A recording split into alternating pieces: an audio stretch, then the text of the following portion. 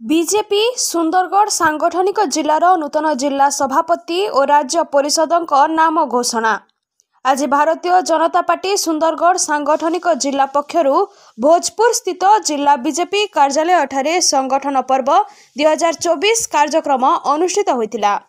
एथिरे जिला निर्वाचन अधिकारी दिनेश जैन सदय उपस्थिति रे सुंदरगढ़ सांगठनिक जिलार नूतन जिला सभापति गिरीश चंद्र साहू, राज्य परिषद भाव में एससी वर्गरू सीमेश्वर लरिया, ओबीसी वर्गरू भवानी शंकर पटेल, साधारण वर्गरू महिला मधुस्मिता राउत, एसटी वर्गरू सुखलाल मुंडा एवं जुनास लुगुन को नाम घोषणा करथिले।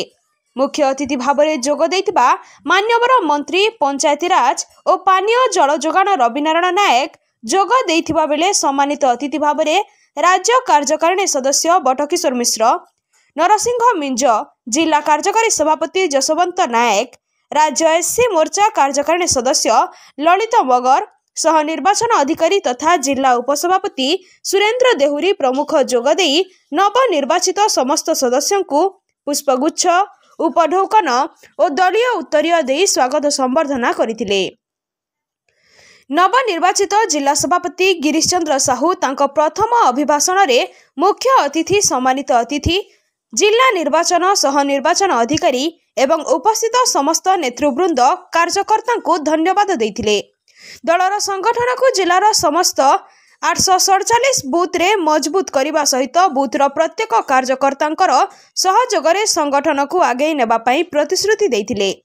डबल इंजन सरकार रे लोकमानकर आशा और आकांक्षा को नजर रे रखी प्रति बूथ रे किभली उभय राज्य और केंद्र सरकार विभिन्न गरीब कल्याणकारी योजना योग्य हिताधिकारी निकट में पहुंची पारिबो, सेही दिगरे दृढ़तार सहित पदक्षेप नेबाकू पड़िबो और आगामी दिन में दलर विभिन्न कार्यक्रम को मंडल सभापति, मंडल प्रतिनिधि एवं शीर्ष नेतृमंडली सहयोग रे समस्त सांगठनिक काम को सुचारू रूपे संपादन करबा पई अनुरोध करथिले। गरीब, निराश्रय और असहाय लोक माने निजर हक निश्चय पाइबे एवं विकसित गाँ, विकसित ओडिशा रे प्रत्येक ग्रामर कायाकल्प बदलिबो। एही कार्यक्रम को जिला सह निर्वाचन अधिकारी रूपेश पटेल सभा परिचालना करिथिबा बेले जिला साधारण संपादक अमीर नायक धन्यवाद ज्ञापन करथिले। Bureau report, Gangpur live. देखंतु दीर्घ 4.5 मास है भारतीय जनता पार्टी आमर सांगठनिक काम चलूला। आज तृतीय पर्याय रे ओडिशा राज्य रे भारतीय जनता पार्टी तरफ जिला स्तर रे जिला सभापति मनोनयन करा जायछि। से दृष्टि सुंदरगढ़ जिलार सभापति दायित्व मते दिया जायछि एवं आगामी दिन रे भारतीय जनता पार्टी संगठन को सशक्त करने सहित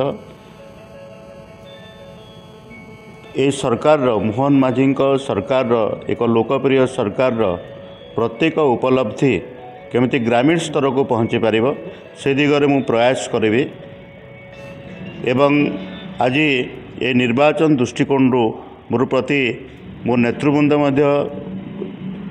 विश्वास रखिकी मते दायित्व देइछन्ते।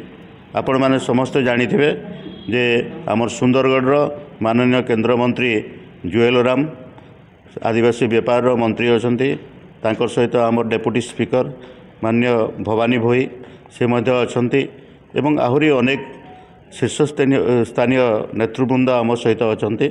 तो संगठन को सुदृढ़ करने सहित सुंदरगढ़ जिलार केंद्र सर्वांगीन विकास हो पारिबो से दिगरे मु प्रयास करिबे।